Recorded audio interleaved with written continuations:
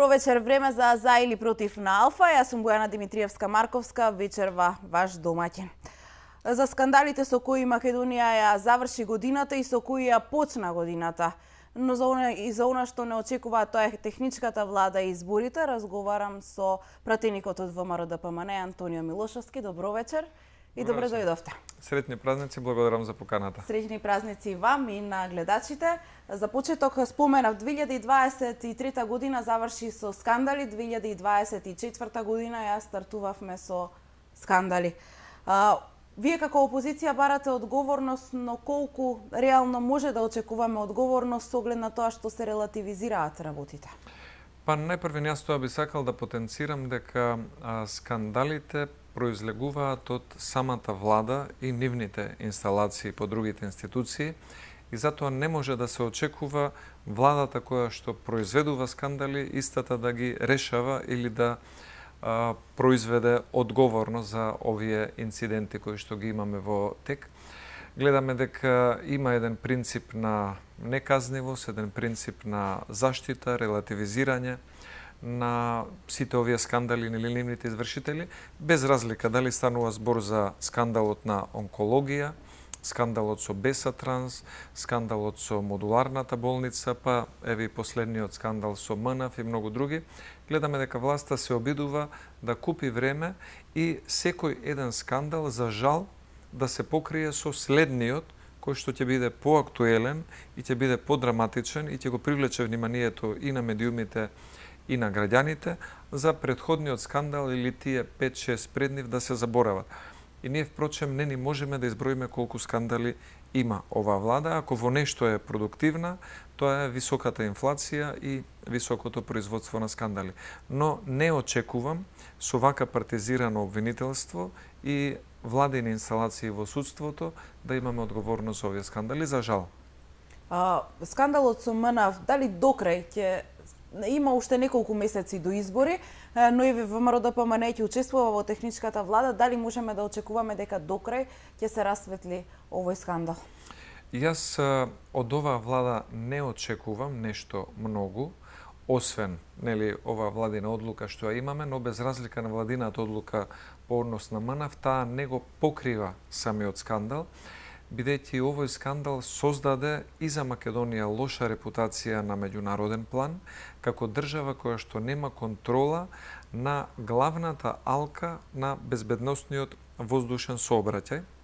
И второ, самиот скандал во МНАФ потврди дека институциите во Република Македонија не се на нивото на задачата, немаат капацитет да побараат одговорност кога се работи за високи функционери на ДУИ, во овој случај председателот на нивниот огранок во Чаир, кој што не е овластено со негова картичка низ 3-4 безбедносни контроли, пропушта невработени 7 луѓе, дојдени за да извршат насилство и да упаднат во контролната кула од која што зависат летовите и прелетите на 1000 авиони и 1000 патници секој ден.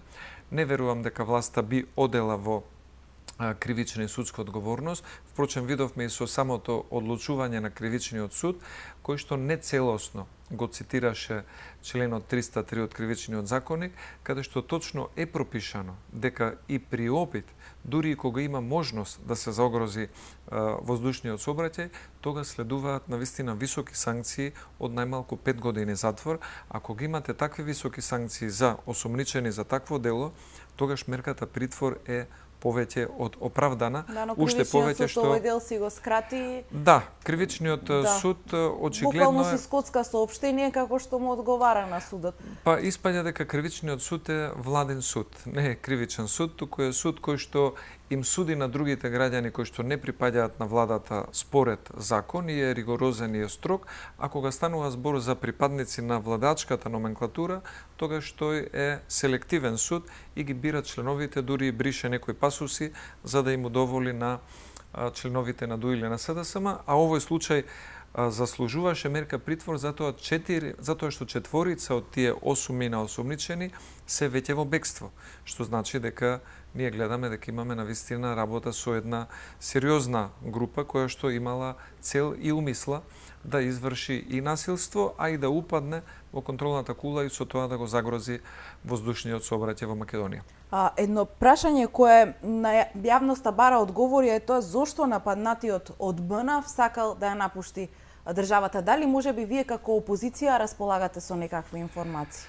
Па тоа што го имаме како индиректни сознанија е дека нападнатиот контролор кој што работел во МНАФ, самиот тој и неговото семејство не се чувствуваат сигурни.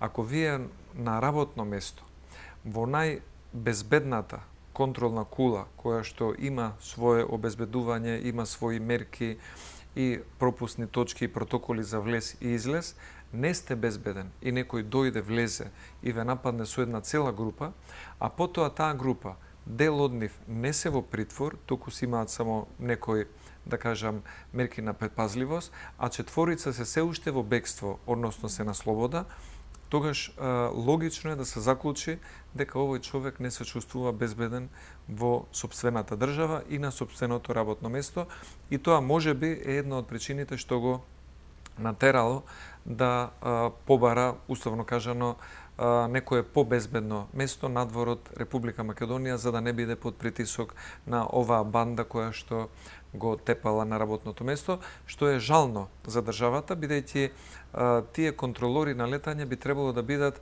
најдобро обезбедените лица во целиот систем на воздушниот сообраќај, но гледаме дека во Македонија за жал се е можно и начело со владата со ДУИ, со СДСМ, и овој систем претрпе една голема девалвација, како и многу други институции. Како да се врати довербата во МНАФ, со оглед на тоа што на јавности е познато дека МНАФ важи за златна кокошка кога станува збор за кадри од ДУИ, како граѓаните да веруваат дека се безбедни, дека е безбеден воздушниот сообраќај, ако се знае дека таму имало нестручни партиски вработувања? Како сега да се смени целата работа и да се врати повторно довербата? Има ли можност за такво нешто? Има можност и можноста е многу едноставна. Избори на 8 мај, смена на власта, формирање на влада без ДУИ, ВМРО-ДПМН е со прилично голем број и стабилен број на пратеници, да предпоставиме околу 59, 60, 61 пратеник, и во таков случај формирање на влада без ДУИ ќе значи еден од предусловите за ресетирање на многу институции каде што некои неказниви, а многу влијателни функционери на ДУИ ги девалвира институциите на државата. А до тогаш?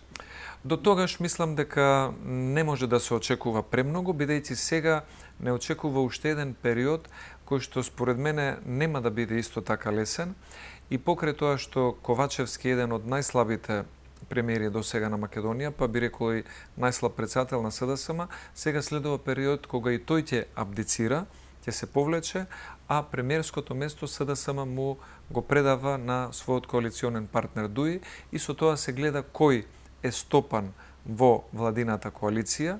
СДСМ се некакви кираджи, ДУИ се тие кои што го имаат главниот збор, начело ќе застане Талат Џафери, и таква влада начело со Талат Џафери, кој што видовме во собранието дека нема демократски капацитет да спроведе одредени одлуки кои што се во интерес на државата, сметам дека не може да се очекува одговорност на кадри од ДУИ. Вчера имавте објавен Facebook статус и велите дека скандалот со МНАФ уште еднаш покажа дека оние кои незаслужено станале обвинители и суди се тие кои ја рушат довербата во правосудството и обвинителството. Обвинивте дека владата се брза да протне уште 100 своји обвинители и суди. Зашто точно станува збор и ќе успее ли во оваа намера? Академијата за суди и јавни обвинители ја води директорката Наташа Габер. Не е тајна дека таа секогаш била наклонета кон СДСМ, и не само како личност, туку и семејно. Но тоа е помал проблем. Поголемиот проблем е што Академијата за суди и јавни обвинители во овој случај треба да прими нови 130 слушатели на таа академија, кои што после завршената академија треба да станат нови 130 обвинители и суди, зависно од нивното рангирање при студирањето. Но Во самиот закон за Академијата за суди и обвинители е пропишано во членот 39 дека главниот тест, квалификацијски испит, за да се влезе како слушател на Академијата за суди и обвинители, се полага електронски. И тука нема никаков исклучок. Нема но, доколку, ама, што и да е. Се полага електронски квалификацијскиот испит за Академијата за суди и сега гледаме дека самата влада, знаејќи дека е во заминување, намерно не набавилен софтвер навремено, за да има софтвер за електронско тестирање. Академијата се обраќа до владата што да правиме, како да постапиме во овој случај, са приемот за нови 130 слушатели, и владата им упатува заклучок, во кој што заклучок пишува: владата ви препорачува, спроведете го тестот писмено. Писмено полагање на тестот, хартиено, го зголемува влијанието на човечкиот фактор, на самата приемна комисија, на членовите на управниот одбор и слично, и со тоа се зголемува ризикот тие кои што знаат помалку да остават празни тестови и некои од СДСМ и ДУИ да им ги пополни за да имаат 100 поени, а тие студенти кои што учеле многу и се труделе да извисат за тоа што ќе добијат 85-90 поени. Затоа нашата препорака е и до директорката Габер, и до членовите на управниот одбор на Академијата да си го следат словото на законот, каде што електронското полагање на тест е императив, без алтернатива. Да не ги следат заклучоците на владата. Како пример може да им послужи поранешниот генерален секретар Мухамед Зекири. Тој, знаеме како заврши, на суд самиот кажа дека постапувал по заклучок од владата, по однос на Македонски пошти, но заклучокот на владата не е потешка правна норма и поважна правна норма од законот за набавки и другите законски прописи кои што се пропишани. Затоа за Академијата е најдобро да ургира што побрзо да се набави електронски софтвер за електронско полагање на квалификацијскиот тест, за да не прават некои незаконити действија за кои што после 8 мај сигурно е дека ќе има одговорност. Лавина реакции, освен за случајот со МНАФ, имаше и за апсењето на Дрин Ахмети, но се уште нема ништо од обвинителството, но обвинителството не покрена ништо за внукот на Ахмети и за многу поголеми работи, како што е купопродажбата на трговскиот центар Соравија и неговите фирми поврзани со матни сделки. Околу овој случај јавноста бара одговорност, бара одговори, но некако за сите случаи во оваа држава кога било кој граѓанин е фатен за пиротехника, за Дрин Ахмети не е постапено веднаш. Дали апсењето на Дрин Ахмети е дел од некаква политичка присметка во владината коалиција? Прво, жално е што за целата држава новогодишните празници нас ни почнаа со скандали. Тоа беше скандалот на 30 па на 31 беше, да. На Дрин Ахмети, на внукот на Али Ахмети, со голем број на пиротехнички средства во неговиот автомобил. И тоа што можам да го забележаме, секогаш кога МВР претходно имала приведено граѓани со голем број на пиротехника, дали во Прилеп, дали во Кавадарци, дали во Струга или на друго место, МВР следниот ден излегувала со соопштение дека до јавното обвинителство поднеле кривична пријава под тој член од кривичниот законник за неовластено дистрибуција на пиротехника. Во овој случај гледаме дека нема и затоа тоа остава простор за сомнеш дека овде се работи за некаква трговија. Прво, може би некој од владината коалиција, па политичка трговија, затоа што во моментов во СДСМ и ДУИ зад кулисите се води една сериозна, би рекол, битка или надпревар или надмудрување, дали ќе има или ќе нема заеднички листи за кандидати за пратеници помеѓу СДСМ и ДУИ. СДСМ е повеќе настојчива да ги има, ДУИ повеќе би одбрала да настапи самостојно, односно без СДСМ, и дали ќе има или ќе нема кандидат на ДУИ за председател на државата во прв круг, или пак како што сака СДСМ да биде нивниот кандидат поддржан и од ДУИ уште на самиот старт од председателските избори, така што тоа може да се поврзе би имало некоја логика и сомнеш дека ваквата акција и приведувањето на Дрина Ахмети може би не е случајна, бидејќи Министерството за внатрешни работи е со строга хиерархија и се знае кој дава одредени задачи, нападствија, обврски и кој ги извршува, но од друга страна па гледаме и дека нема кривична пријава, што значи дека тоа упатува на еден сомнеш дека СДСМ и ДУИ во моментов преговараат и за тоа. Дали да има или да нема кривична пријава за Дрина Ахмети како внук на председателот на ДУИ, или дали да има или да нема заедничка коалиција помеѓу СДСМ и ДУИ за председателските и за парламентарните избори, уште од самиот старт, или да имаат коалиција во вториот круг за председателските избори, но како и да е, ваквото меѓупартиско пазарење помеѓу СДСМ и ДУИ остава неубави, би рекол, одлики, го нарушува системот на владење на правото во Република Македонија кај сите институции и затоа не е воопшто чудно што довербата во правосудството е 3%, а може би после овие настани ќе биде и помала. ДУИ е метастазиран, институционализиран канцер во сите административни пори. Ова е впечатокот на јавноста со оглед на тоа што Демократската унија за интеграција повеќе од 20 години е на власт во оваа држава.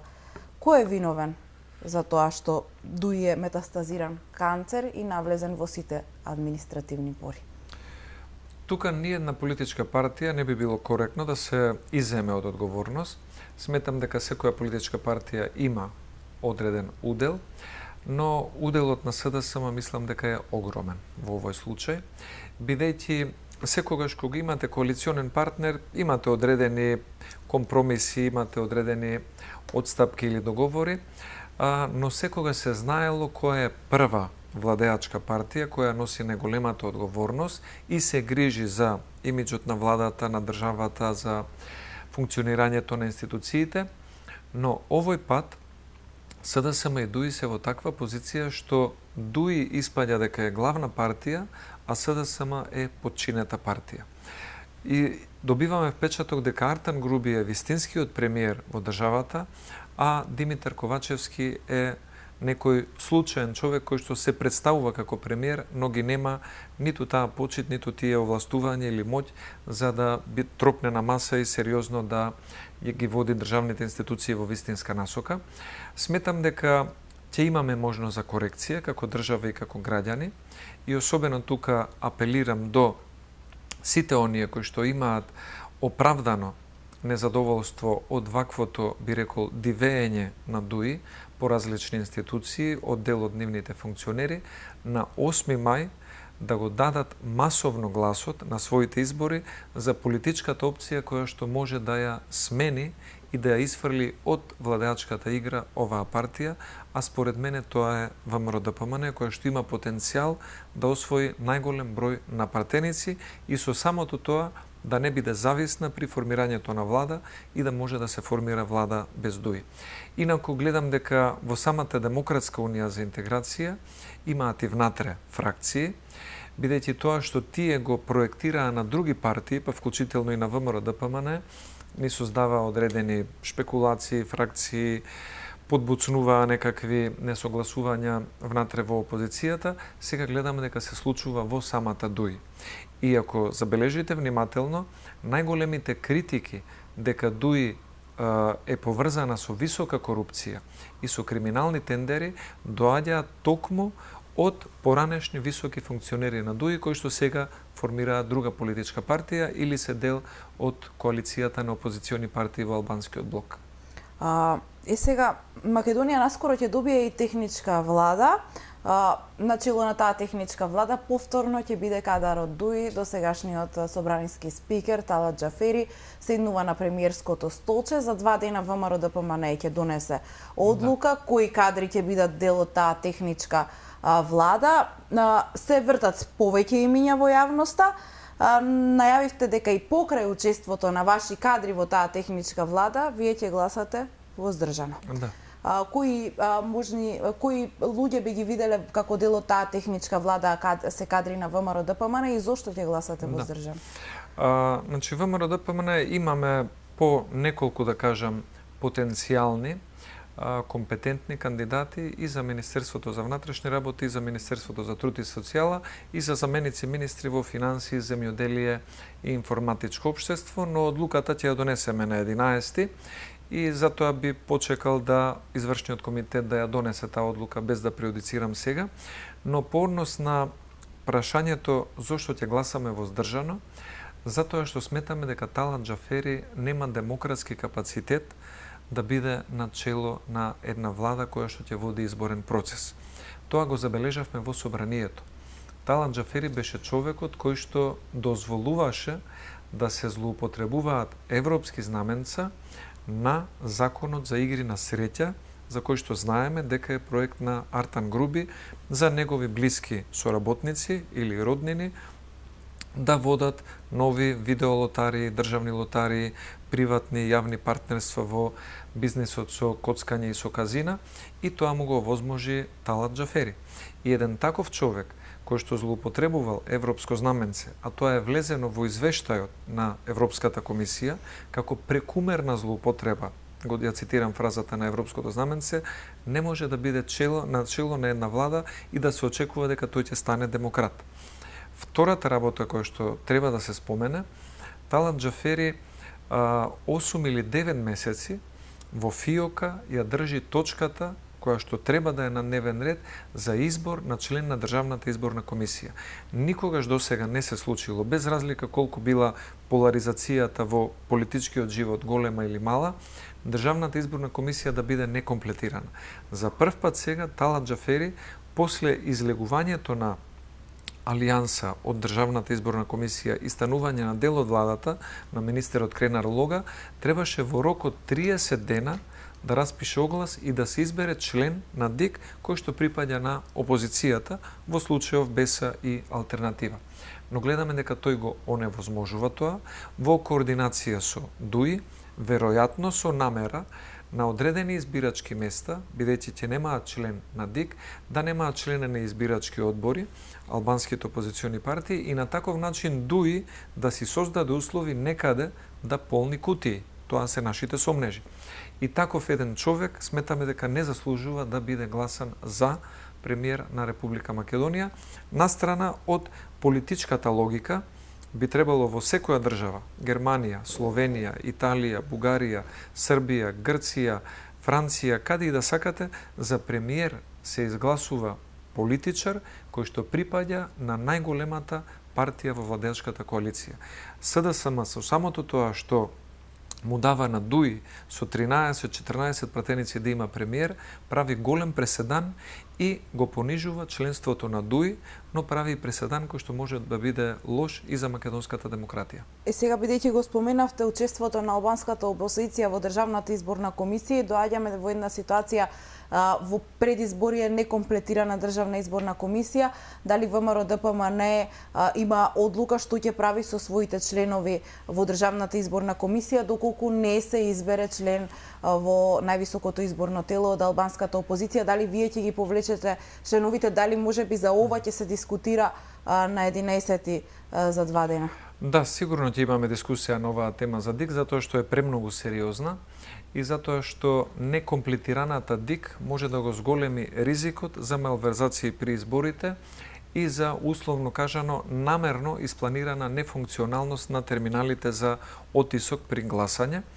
И затоа се уште останува во игра нашиот став и нашето укажување и апел до властите, што побрзо да овозможат комплетирање на ДИК со член на опозицијата, во спротивно, ВМРО ДПМН сериозно може да размисли да ги повлече своите членови од Државната изборна комисија, па потоа СДСМ и ДУИ нека организираат избори и нека видат дали тоа ќе бидат демократски и регуларни избори. Но, уште еднаш, имаме време за тоа да се комплетира и затоа за да не биде бруката за државата и штетата за угледот на Република Македонија многу голема и непоправлива, апелираме до власта да биде разумна, се менува, се добива, се губи, па и власта се менува и се добива и се губи. ДИК треба да биде комплетирана за Македонија да може да личи на држава која што има комплетирано тело која што има надлежноста да спроведува избори. ВМРО ДПМН пред избори го добива клучниот сектор, тоа е Министерството за внатрешни работи, во период кога Македонија нема дена да не ја стресе некој нов скандал. Колку може да се направи нешто во тие 100 дена? Па мислам дека може да се направат одредени работи. Во најмала рака може да се минимизира самоволието на власта која што го гледаме досега од страна на функционери на ДУИ и некои функционери на СДСМ. Може да се отворат документи, архиви и податоци кои што власта досега ги држи како тајни, како што еве и дел од скандалот со МНАВ. Може да се види навистина што се случило. Може МВР да се потруди лицата кои што се во бегство, а извршиле кривично дело во МНАВ, да бидат што поскоро најдени, или доколку не се на територијата на Македонија да се распише меѓународна потерница. Гледаме дека МВР калкулира со тоа и се уште не распишува меѓународна потерница, бидејќи дел од лицата во бегство се блиски соработници на Артан Груби, и затоа сметам дека и Министерот за внатрешни работи и Министерот за труд и социјала од ВМРО ДПМН во техничката влада ќе имаат тешка задача, но ќе бидат луѓе кои што се спремни на тие тешки задачи да одговорат. Имаме еден систем против кој што треба да се бориме. Тоа се СДСМ и ДУИ како партии кои што ја гушат и Македонија, и економијата, и демократијата внатре, но влегувањето на ВМРО ДПМН во техничката влада, сакам да потенцирам, не е за новаа влада да и се даде легитимитет, туку е чекор оваа влада што побрзо да падне. Правиме пауза за реклами, па потоа продолжуваме со разговорот на тема избори, очекувања, анкети, изборни резултати и постизборни коалиции. Почитувани, останете тука, за кратко сме назад во студиото.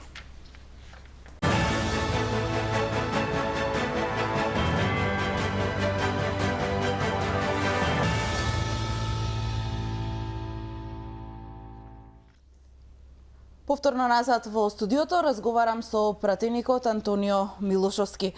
Зборувавме за скандалите со кои заврши 2023 и со кои стартуваше 2024 година. Одговорност не очекувате со оглед на тоа како се поставени работите во оваа држава, но изборите се исто така на прагот. 2024 ќе одбележат и изборните циклуси, тоа се парламентарните избори и председателските. Се прават внатрепартиски анкети, се прават и анкети кои се споделуваат со јавноста. Убедлива предност на ВМРО ДПМН. Реално колку пратеници очекувате да освоите на парламентарните избори? Па како што кажа, ВМРО ДПМН има потенцијал за пратеници помеѓу 54 и помеѓу 60 пратеници. Тоа е во моментов потенцијалот на ВМРО ДПМН. И многу зависи бројот на пратеници од процентот на излезеност. Колку повисока ќе биде изборната излезеност на гласачите на избори, толку поголем би бил бројот на пратеници на ВМРО ДПМН и толку поубедлива би била разликата од ВМРО спрема СДСМ или ВМРО спрема ДУИ. Затоа сметам дека треба да се искористи овој период. Особено е добро што се прифати нашиот предлог да има споени избори, за да нема дополнителен економски трошок, но и да има и поголем интерес за да се стигне до претседателскиот цензус. И кога ќе имаме такви избори, планираме со добра понуда кадровска и со добра понуда програмска да бидеме опцијата која што на граѓаните ќе им понуди проекти и решенија на проблемите кои што досега ги поминуваме, за жал, во овие 6-7 години како држава. Во Македонија досегашната пракса се покажало дека оние граѓани кои на анкетите, а тоа се во висока бројка, кои кажуваат дека не знаат дали ќе излезат на избори да гласаат или нема да излезат на избори да гласаат, дека тоа нели најчесто се неопределените, но и дека многу често дел од нив поради разочараност излегуваат и гласаат против, не за.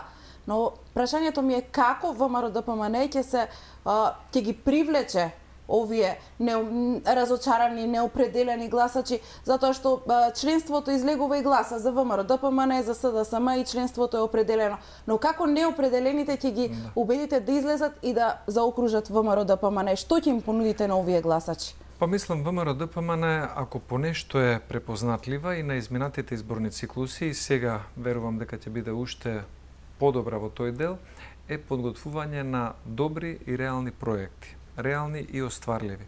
Проекти кои што ќе ги тангираат актуелните проблеми создадени во здравството, во образованието, кај пензионерите, кај студентите, во правосудството, во земјоделието, во инфраструктурата, во привлекувањето на странски инвестиции и со една таква програма зад која што ќе стои компетентен тим на чело со претседателот на партијата Мицкоски, но секако и со добар број на компетентни пратеници, економисти, луѓе од здравствениот, образовниот сектор, да може да се направи една кредибилна понуда која што незадоволниот гласач ќе ја препознае како решение за актуелните проблеми и враќање на државата во вистинскиот колосек.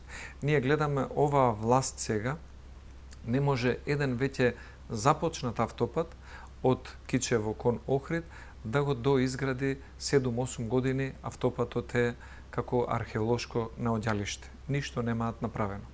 Власта не може да ги доизгради два започнати факултети, факултетски згради за физичка култура и за информатичка технологија во кампусот на УКИМ, останати се така како што беа започнати во 2016 година за штета на студентите и на образованието. Затоа сметам дека ВМРО-ДПМН е со добра понуда, луѓето кои што се незадоволни од власта, а се уште не се определени политички, ќе може да ги привлече на еден доверлив и кредибилен начин да ја дадат својата поддршка, за да можеме да направиме влада која што ќе ги поправа овие грешки, но и ќе донесе нови резултати за Македонија повторно да се врати на колосекот на привлекување на странски инвестиции, функционално образование, подобро здравство, подостоинствени животни услови за студенти и за пензионери и за целата држава. До каде е процедурата за избор на претседателски кандидат во ВМРО-ДПМН? Па се уште имаме сондажи, во моментов имаме една кратка листа од 5 можни кандидати за кои што се прави сондажа кај партиското членство, но исто така и кај поширокото граѓанство, за да се види какви се размислувањата и кој би имал поголем капацитет и потенцијал да привлече гласачи и да ја добие нивната доверба, но за тоа би одлучувале веројатно покасно, односно некаде крајот на февруари, почетокот на март. На 2 март би одржале партиска конвенција и тогаш би имале конечна одлука и избор на кандидатот на ВМРО-ДПМН за претседател на државата. Но сигурен сум во една работа, а тоа е дека кој да биде кандидат од страна на ВМРО-ДПМН, предноста и во првиот и во вториот круг спроти кандидатот на СДСМ, без разлика дали тоа ќе биде Пендаровски како актуелен претседател или Оливер Спасовски, ВМРО-ДПМН ќе има забележителна предност. Едно хипотетичко прашање, доколку СДСМ и ДУИ не одат на заеднички листи, доколку сепак според анкетите ДУИ и понатаму има водство во албанскиот блок, доколку ДУИ освои најголем дел од пратеничките места, дали ВМРО-ДПМН би влегло повторно во коалиција со Демократската унија за интеграција или можеби сепак ќе можете да издействувате да одите во коалиција со некои од помалите албански партии? Политичката цел на ВМРО-ДПМН на изборите и после изборите е да се формира влада без учество на Демократската унија за интеграција. Нашите посакувани партнери се оние кои што во моментот делуваат опозиционо во албанскиот политички кампус. Се разбират, зависи од нивниот потенцијал да привлечат доволен број на гласачи, но правилото победник со победник не важи од 2017 година, токму заради прекршувањето од страна на ДУИ и затоа ние најмногу сакаме да се наслоним на своите ресурси, ВМРО да има доволно висок број на пратеници, за да не мора да зависиме од тоа кого ќе избереме. Ако имаме доволен број на пратеници 57, 8, 9 пратеници како ВМРО-ДПМН, тогаш ВМРО-ДПМН ќе си го бира својот коалиционен партнер, а тоа нема да биде ДУИ. Уставните измени и Европската унија, како еден од условите за влегување во Европската унија и продолжување на евроинтегративниот пат на Македонија се токму уставните измени кои овој собраниски состав не успеа да ги направи. Што ќе се случува со уставните измени доколку ВМРО-ДПМН ја формира следната влада? Па прво со завршувањето на мандатот на овој собраниски состав завршуваат сите иницијативи кои што немале краен исход во собранието. Тоа значи дека нема почната иницијатива која што после ќе треба да се проложи од тоа место, да кажем, од тој степен до каде што застанала во претходниот собраниски состав. ВМРО-ДПМН јасно го кажа својот став. Ние не сме за уставни измени под бугарски диктат, особено не затоа што ваквиот начин на условени уставни измени под уцена не гарантираат никаква перспектива за државата, доколку ги направи, дека ќе добие полноправно членство во Унијата. Напротив, сметаме дека тоа може да биде само еден поттик за Бугарија или за други држави да имаме второ, трето, пето и 10-то вето, иако овие уставни измени евентуално би биле направени. И тука е слабоста на оваа влада што прифатила таква уцена, која што ја носи државата во неизвестност. Друго, гледаме дека пораките од самите земји членки на Европската Унија, особено од оние повлијателните земји членки, е дека проширувањето за нив не е приоритет во овој момент. Дури и Македонија да направи секакви отстапки, може Македонија на крајот да остане разочарана, како што беше разочарана после уставните измени за смена на името, кога Заев, Димитров, Маричич, Бујар Османи, Али Ахмети и други ни ветуваа дека тоа ќе значи членство во Европската Унија, но гледаме дека од тоа нема ништо, остана само националното понижување без било каква компензација.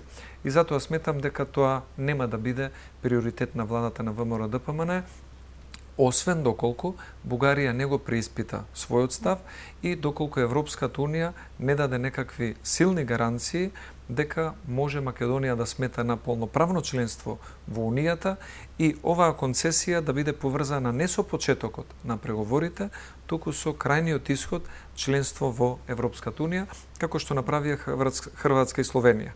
Тие има одреден спор за Пиранскиот залив, се договорија концесијата и договорот за тој компромис за Пиранскиот залив да стапи на сила во моментот кога Хрватска ќе стане членка на ЕУ, и тоа е рационално размислување за интересите и на Словенија и на Хрватска. Како поранешен прв човек на Министерството за надворешни работи, верувате ли дека постои таква можност за да се издействува нова преговарачка рамка? Нема нешто што не е менливо. Јас ќе ги подсетам гледачите, посебно помладите, повозрастните веројатно се сеќаваат на Лисабонската декларација од 1992 година. Тогаш Македонија, после прогласувањето на независност, бараше да биде признаена од страна на земјите членки на Европската Унија и од самата Европска Унија како правен субјект. И во Лисабон имаше една декларација во која што земјите членки под притисок на Грција имаа напишано дека државата ќе биде признаена како независна доколку го исфрли зборот Македонија од своето име. Но тогашната власт, председателот Киро Глигоров, тогашната опозиција, ВМРО-ДПМН, тогашниот премиер Никола Клјусев и други застанаа на една заедничка линија и кажаа дека тоа е недостоинствено и неприфатливо. И таа резолуција се смени и потоа Македонија доби и поединечни и групни признавања од страна на земјите членки на Европската Унија, што значи дека во овој случај, ако Македонија има добра внатрешна кохезија, поактивен председател од сегашниот неактивен председател Пендаровски, подобра дипломатска активност од сегашната на Бујар Османи, кој што тера само некоја лична пиар агенда, сметам дека може да се ги подобри и меѓународните позиции на овој план. Овој парламентарен состав од кој сте дел и вие за неколку месеци го завршува својот мандат. Талат Џафери заминува, на негово место доаѓа Јован Митревски. Што очекувате во следниот период од работата на собранието и дали во изминатите 4 години опозицијата успеа да ја оправда својата улога како коректив на оваа власт? Па, што би очекувал во следниот период, не очекувам премногу.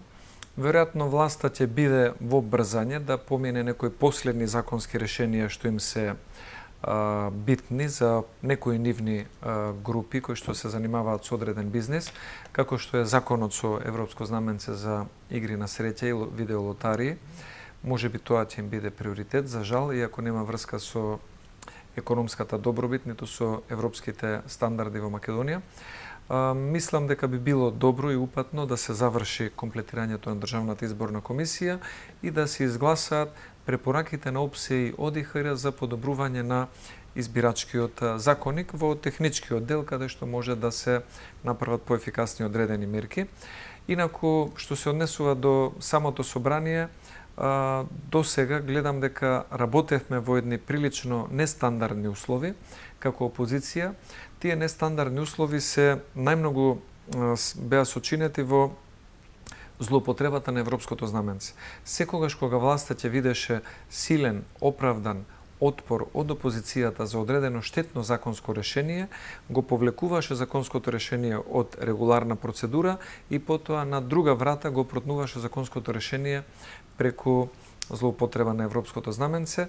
За жал, видовме во собранието и одредени немили настани, како оние би рекол испади на насилство од страна на пратеникот Арбер Адеми од ДУИ, оној би рекол режиран театар малку кој што беше направен помеѓу Мисовски, Талат Џафери и пратеникот Борислав Крмов, но како и да е, сметам дека ние како ВМРО ДПМН тоа што го ветивме, дека ќе останеме како кохезивна група која што се спротиставува на оние проекти кои што се штетни за државата и го застапува гласот на народот во собранието, успеавме во добар дел да ја оправдаме таа доверба.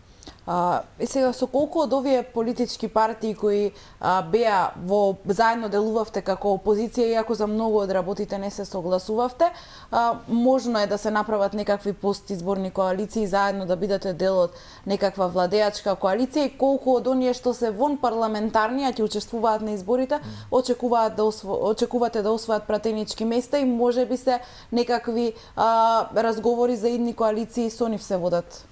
Па ние сега ќе имаме, ќе има и нови партии, нели партијата на сегашниот градоначалник на Куманово, која што беше формирана, гледаме, нова е партијата на Изет Меджити, кој што со група на пратеници се одцепи од владеачката ДУИ. Веројатно ќе има и некои други познати, помали или поголеми партии, но во секој случај зависи од нивниот изборен резултат. Ние им пожелуваме добар изборен настап, се разбира доколку има добра изборна и демократска атмосфера, но доколку навистина се заинтересирани државата да се ресетира, да се реформира и да се оттргне државата од ова лошо наследство на нефункционални институции што го имаме во моментов од ДУИ и од СДСМ, би биле добредојдени да земат учество во владата на ВМРО ДПМН, која што би се базирала на една амбициозна програма и спроведување на проекти со зададени рокови. А колку ВМРО ДПМН е отворена за примање предизборно нови политички партии, со оглед на тоа што има разочарани кои се дел од коалицијата предводена од СДСМ и се најавува дека можно е да ја напуштат оваа коалиција и да се приклучат на ВМРО ДПМН? Дали сте вие расположени, дали се водат некакви разговори за проширување предизборно на коалицијата? Има некои помали политички партии од владеачката коалиција кои што даваат одредени сигнали и остваруваат одредени контакти со нас на неформално ниво, но за сега немаме некои посериозни разговори за проширување на коалицијата. Нашата коалиција е доволно добра и по бројност и по квалитет и сметаме дека би била доволна за настап на следните избори, но во секој случај, доколку некој сериозно се предомисли и направи одреден сериозен чекор за, би рекол, оттргнување од политиките на ДУИ и на СДСМ, тогаш би можеле тоа да го разгледаме, но во секој случај гледаме дека политичките партии како ЛДП, како ДОМ, како НСДП, за сега многу верно и поданички и служат на СДСМ, веројатно се задоволни од придобивките кои што ги дава власта, а замижуваат пред скандалите кои што оваа влада ги предизвикува. Предпоставувам дека на ВМРО ДПМН му одговара СДСМ и ДУИ да одат на заеднички листи, но прашањето е колку тоа му одговара на Али Ахмети и дали Али Ахмети ќе оди на исти листи со Димитар Ковачевски. Кои се вашите очекувања? Па да бидам искрен, ние според анкетите што сме ги правиле, без разлика дали СДСМ и ДУИ ќе одат поединечно на пратеничките избори на парламентарните, или ќе одат со заеднички листи на тие избори, ВМРО-ДПМН убедливо ќе ги победи и во двете варијанти. Доколку СДСМ и ДУИ имаат заеднички листи, тоа ќе значи дека се еден неделив политички блок и после изборите тоа и би ни одговарало повеќе таквиот политички блок да го победиме и двете партии да ги оставиме во опозиција, затоа што и на двете партии им треба сериозно реформирање, особено на ДУИ после 22 години во власта. Сметаме дека е добро да се реформира и да понесе одговорност за одредени незаконитости кои што ги правеле. Но гледам дека СДСМ како повеќе да е заинтересирана за такви заеднички листи, бидејќи несогласувањата внатре во СДСМ од она што може да го забележиме во собранието се прилично големи. И Димитар Ковачевски како председател и Зечевич како генерален секретар на СДСМ веројатно се надеваат во една таква заедничка коалиција со ДУИ да можат да ги компензираат гласовите што ќе им недостигаат во многу избирачки места и таму каде што има разочарани гласачи на СДСМ да биде тоа покриено со лојални гласачи на ДУИ и така на една заедничка листа поразот да изгледа поблак. Но како и да одлучат, јас ќе повторам, ВМРО-ДПМН и во двете варијанти ќе биде убедлив победник на изборите и затоа треба и СДСМ и ДУИ да се спремаат за најмалку 4 години во опозиција, а оние луѓе кои што се на високи функции, се началници на одредени сектори, се директори на одредени места, актуелни, и од СДСМ и ДУИ треба да размислат во текот на изборниот процес да постапуваат пристојно, да не ги злоупотребуваат законите, да не злоупотребуваат својата положба во изборни цели за подкуп или за нешто друго, затоа што власта секако ќе се смени, џабе би им слугувале или би им правеле услуга на Ковачевски, на Зечевич и на Ахмети, а потоа би требало тие да сносат сериозна одговорност ако влезат во една таква авантура. Се прават анкети за председателски кандидат. Мицкоски веќе објави дека ќе биде носител на пратеничката листа во изборна единица 1. Горе-долу е познато дека и подпредседателите на партијата ќе се најдат како носители на листите. Колку од актуелните пратеници може повторно да видиме на листите за кандидати за народни избраници? Па за тоа се прават, исто така се прават сондажи и на национално ниво и на локално ниво, зависно од тоа кој пратеник како е профилиран.